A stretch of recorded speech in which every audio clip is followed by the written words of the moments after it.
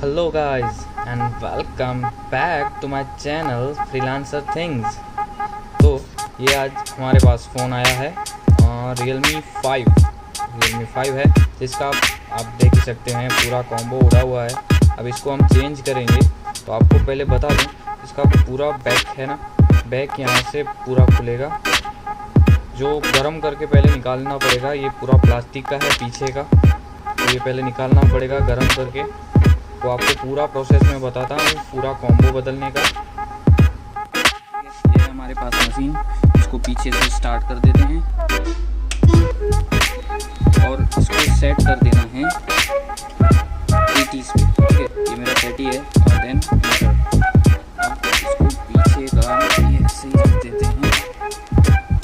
ये हमारा रह गया गर्म होके, अपना इतना निकलेगा यहाँ से, थोड़ा सा स्लोली